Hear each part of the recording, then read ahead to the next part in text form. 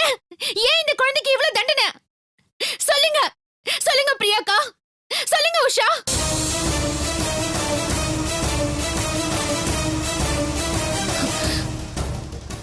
நம்ம குடும்பத்துல இருக்கிற எல்லாரும் குழந்தைய தத்தெடுக்க வேண்டான்னு சொன்னாங்க. ஆனா நீங்க குழந்தைய தத்தெடுப்புன்னு பிடிவாதமா இருந்தீங்க. அதுக்காக சண்டையும் போட்டீங்க. கோவிச்சுக்கிட்டு வீட்டை விட்டு வேற போனீங்க. நானும் உங்களுக்கு சப்போர்ட்டா இருந்து குழந்தைய தத்தெடுக்க போராடி சம்மதிக்க வச்சேன். இதெல்லாம் இதெல்லாம் எதுக்கு? பிரியாக்காவுக்கு குழந்தை மேல இருந்த பாசத்தினால தானே?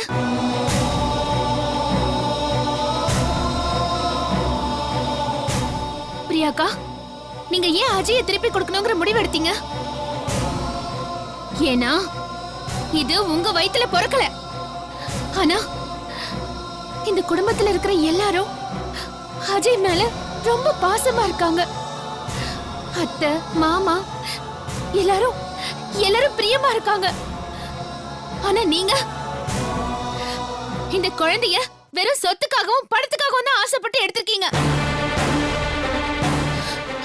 பிரியாக்கா, இந்த குழந்தைக்கு தனக்கு எது வேணும் எது வேண்டான்னு எதுவும் சொல்ல தெரியாது.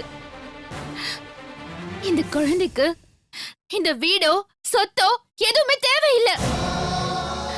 இதுக்கு தேவை ஒரு பாசமுள்ள அம்மாதான். அது போதும் பிரியாக்கா, போதும். இந்த குழந்தை பட்ட சிரமம் எல்லாமே போதும்.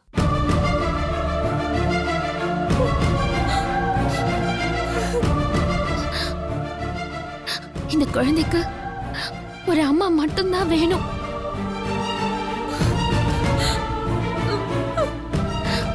ஒரு அம்மா மட்டும் போதும்.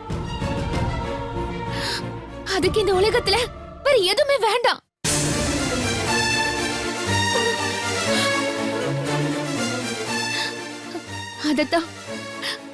அதத்தான் இந்த குழந்தை விரும்புது. அதுக்கு வேற எதுவுமே தேவையில்லை.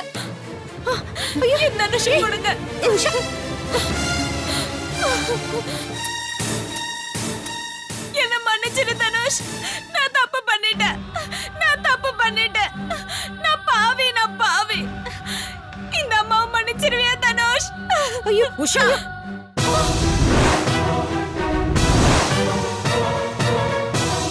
ஐயோ இவ வந்துட்டாளே.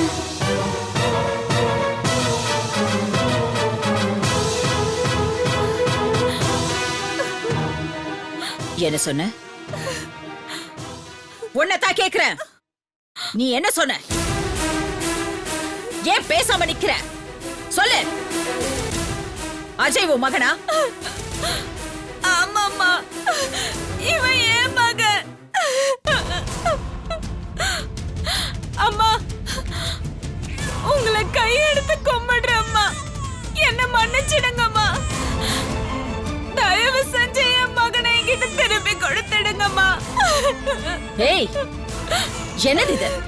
என்ன நடக்குது இந்த வீட்ல? ஆ?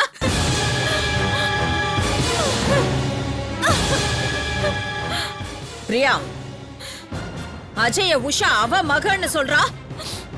இதையெல்லாம் கேட்டுட்டு நீ சும்மா நிக்கிற? அப்படின்னா இந்த குழந்தை உன்னோடது தானா? நான் கேட்டதுக்கு உண்மையை சொல்லு. ஏன் எல்லாரும் அமைதியா நிக்கிறீங்க? நான் கேக்குறேன்ல, யாராவது பதில் சொல்லுங்க.